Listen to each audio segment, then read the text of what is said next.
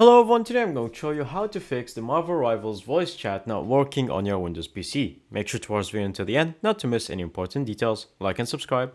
Now simply check in your lobby and then from here go to the settings and then go to the settings section, and then in the audio you're going to scroll down until you see the voice chat section.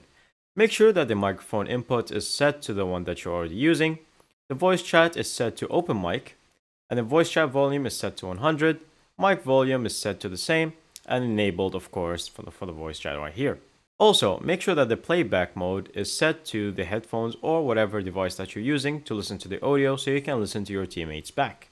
Now, once we're done checking with these, let's go to the Windows section and change more settings there. Once you exit the game, you're going to go to your audio section, right-click it, and go to Sounds.